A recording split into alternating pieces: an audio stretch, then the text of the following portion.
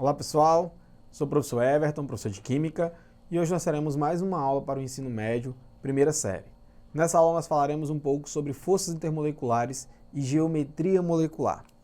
Bom, nas aulas anteriores nós falamos um pouco sobre as ligações químicas, aquelas ligações que eram ligações intramoleculares, ou seja, elas aconteciam dentro da própria molécula.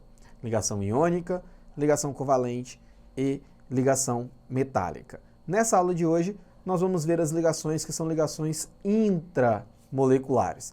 Essas ligações, elas ocorrem entre átomos, fora da molécula. E elas podem ser ligações do tipo dipolo induzido, íon dipolo permanente e ligações de hidrogênio. Bom, essas ligações, elas dependem exclusivamente das ligações covalentes, que elas podem ser formadas por ligações simples, ligação dupla, ligação tripla, uma ligação dupla e duas ligações simples e assim por diante. Isso nós vimos na aula que nós trabalhamos um pouco de ligações covalentes. Então os átomos, eles têm uma necessidade de se ligar para adquirir uma estabilidade química. E essa ligação, ela vai originar em uma geometria da molécula, que nós vamos ver nos próximos slides. Bom, então essa geometria molecular, ela depende de uma teoria chamada teoria de repulsão dos pares eletrônicos, conhecida como teoria VSEPR. Nela, os átomos eles devem estar dispostos o mais distante possível. Então veja bem, se nós temos uma molécula que é uma molécula diatômica, ou seja, uma molécula que tem apenas dois átomos, essa molécula será obrigatoriamente linear. Acompanhe na tela a representação geométrica dessa molécula.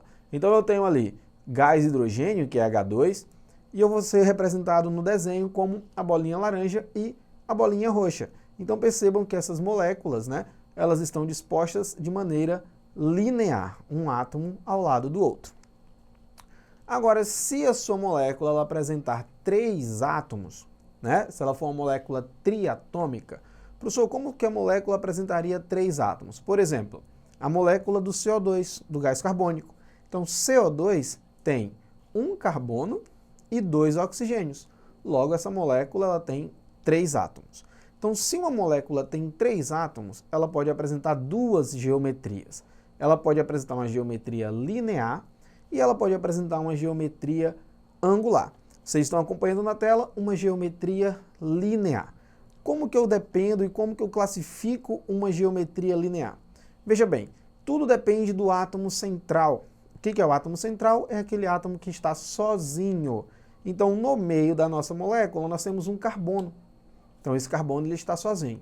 Se este átomo central não apresenta elétrons livres, ou seja, se todas as suas ligações estão completas, essa molécula será linear.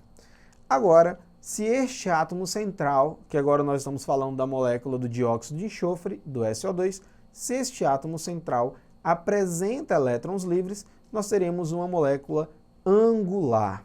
Por que angular? Porque os elétrons livres, eles empurram essas ligações para baixo. Eles fazem uma força, exercem uma força sobre a molécula, empurrando as ligações para baixo. Aí nós teremos uma geometria angular.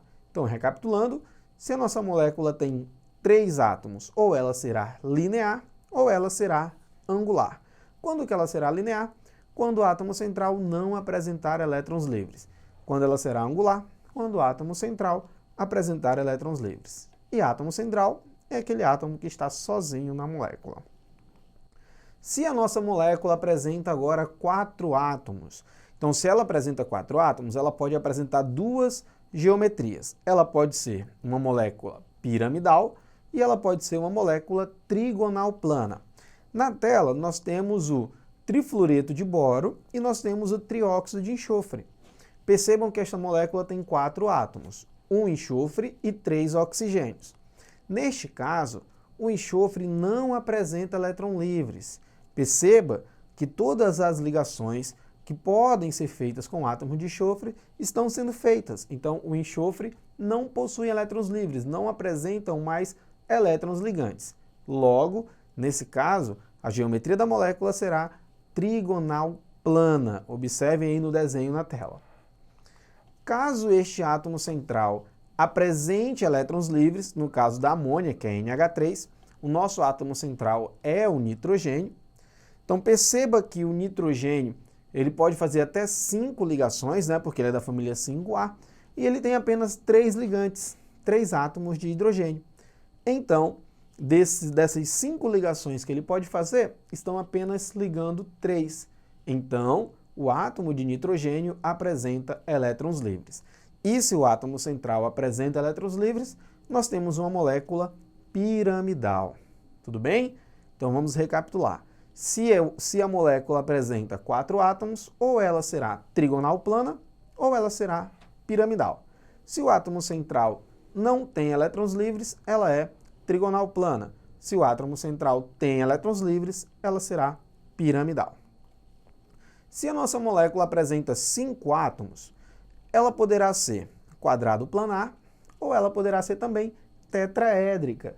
E aí o raciocínio é o mesmo. Caso o átomo central não apresente elétrons livres, a molécula terá uma geometria quadrado planar. Se o átomo central apresentar elétrons livres, essa molécula será uma molécula tetraédrica. Perceba no metano, né? CH4. Então, o metano ele não apresenta na sua estrutura elétrons livres. O carbono ele é da família 4A, então o carbono faz 4 ligações, logo todas as ligações possíveis para o átomo de carbono estão sendo feitas. Então aí nós teremos uma molécula de geometria tetraédrica. E se a sua molécula apresentar 6 átomos, ela só poderá ser uma molécula bipirâmide trigonal, que é esse esqueminha que está aparecendo na tela para vocês. Então, nós temos o seguinte, nós temos as moléculas lineares, as moléculas angulares, as moléculas piramidais, trigonais planas, quadrado planar, tetraédricas e bipirâmide trigonal. Essa geometria, ela influencia diretamente na polaridade da molécula. E quando a gente fala em polaridade, nós temos que lembrar sempre de água. A água é a nossa substância polar. Então, tudo aquilo que é capaz de ser solubilizado em água é uma substância polar. Aquilo que não é capaz de ser solubilizado em água é uma substância apolar. Ou seja, solúvel em água, polar. Insolúvel em água, apolar. Veja bem, todas as ligações iônicas, elas são ligações polares, né? Altamente polares, porque elas são formadas por polos diferentes. Um cátion e um ânion, um polo positivo e um polo negativo.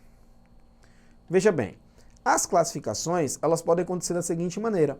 Nós podemos ter a polaridade da molécula e nós podemos ter a polaridade da ligação. Como assim, professor? Veja bem, se a ligação ela ocorre entre átomos do mesmo tipo, entre átomos iguais, ela é uma ligação covalente apolar. Se a ligação ocorre entre átomos diferentes, essa ligação ela é uma ligação covalente polar. Por exemplo, acompanhe na tela. Hidrogênio ligado a hidrogênio. Então, aquele tracinho ali no meio, ele representa a nossa ligação e ele está ligando 2 átomos iguais. Logo, essa ligação será covalente apolar. Aqui embaixo nós temos o hidrogênio ligando ao cloro. Então, esse tracinho que representa a nossa ligação está ligando átomos diferentes. Logo, a nossa ligação será uma ligação covalente polar. Quando nós analisamos a molécula ela precisa ter polaridade. Então, quem vai me dizer se a molécula é ou não solúvel em água é a sua polaridade. Se ela é polar, ela será solúvel em água. Se ela é apolar, ela será insolúvel em água. E como nós fizemos ou fazemos essa determinação? É bem simples. Perceba no seguinte, a molécula do CO2 tem o carbono como átomo central e este átomo central ele não apresenta elétrons livres, ou seja, a nossa molécula ela é uma molécula apolar. Então eu posso dizer que o CO2 é insolúvel em água. Porém, quando eu olho para a molécula de água, que é H2O, eu percebo que o oxigênio ele vai apresentar elétrons livres. Por quê? Porque o oxigênio ele é da família 6A, então ele tem direito a fazer 6 ligações e só está completando 2 ligações. logo irá sobrar no átomo central elétrons livres. E aí nós dizemos que o momento dipolar é diferente de zero, logo a molécula de água é uma molécula polar. Tem uma outra maneira mais simples de determinar se a molécula é polar ou apolar. É só nós lembrarmos um pouquinho de tabela periódica e lembrarmos o conceito de eletronegatividade. Nós sabemos que a tabela apresenta 3 átomos altamente eletronegativos: flúor, oxigênio e nitrogênio. Se o átomo mais eletronegativo estiver na extremidade, o vetor irá sair, ou seja, as ligações irão do átomo central para a extremidade. Isso representa uma molécula apolar. Perceba na molécula de água que o oxigênio está no centro. Então, os vetores irão entrar para a molécula, irão em direção da extremidade para o centro. Isso configura uma molécula polar. Bom, solubilidade, semelhante dissolve semelhante, significa dizer que substâncias polares dissolvem substâncias polares e substâncias apolares dissolvem substâncias apolares. Substâncias que são polares nós chamamos de substâncias hidrofílicas ou substâncias hidrossolúveis. Substâncias que são apolares nós chamamos de substâncias hidrofóbicas ou substâncias lipossolúveis, ou seja, aquelas substâncias capazes apenas de se dissolverem em gorduras, lipídios. Então, mais uma vez, semelhante dissolve semelhante. Se quisermos saber se uma substância é polar ou não, basta que nós colocarmos ela em contato com uma água. Se dissolver, será polar. Se não se dissolver, será apolar. Aí nós teremos as forças intermoleculares. As forças intermoleculares são as forças que acontecem fora da molécula. São as forças responsáveis pelas interações atômicas, que podem ser dipolo induzido, dipolo permanente ou ligação de hidrogênio. E é muito simples. Dipolo induzido é a força mais fraca que nós temos, é aquela força que vai agir sobre as moléculas apolares. Então, quem é responsável por manter as moléculas apolares unidas? As forças dipolo induzido.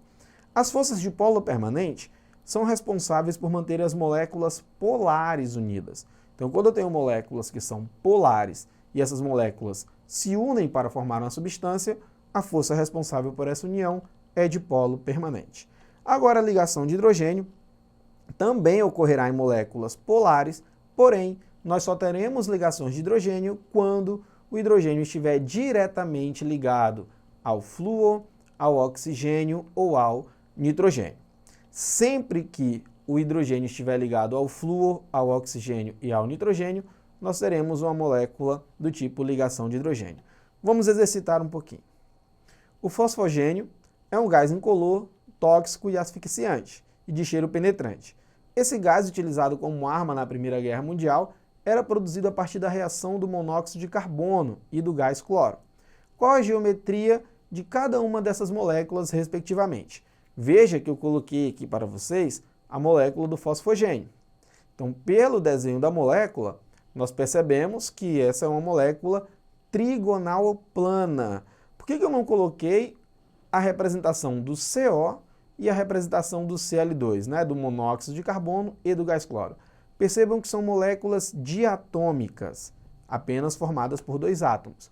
E toda molécula diatômica nós vimos que será sempre linear. Então tem nosso gabarito, uma molécula trigonal plana, o fosfogênio, linear para o monóxido de carbono e linear para o gás cloro. Temos mais uma. O conhecimento das estruturas das moléculas é um assunto bastante relevante, já que as formas das moléculas determinam as propriedades das substâncias como odor, sabor, coloração e solubilidade. As figuras representam algumas moléculas, como gás carbônico, água, amônia, metano, ácido sulfídrico e a fosfina. Quanto às forças intermoleculares, a molécula que forma ligação de hidrogênio ou ponte de hidrogênio, como a água é. Perceba, ligação de hidrogênio é necessário que tenhamos o hidrogênio ligado obrigatoriamente ao flúor, oxigênio e nitrogênio. Então, a nossa molécula que apresenta essa interação é a amônia, NH3. Ó, hidrogênio ligado ao nitrogênio, hidrogênio ligado ao nitrogênio. Isso configura uma ligação de hidrogênio. Então, não esqueça de acessar a plataforma Eduque. Lá você encontrará mais informações a respeito dessa aula. Obrigado por ficarem até aqui. Tchau, tchau.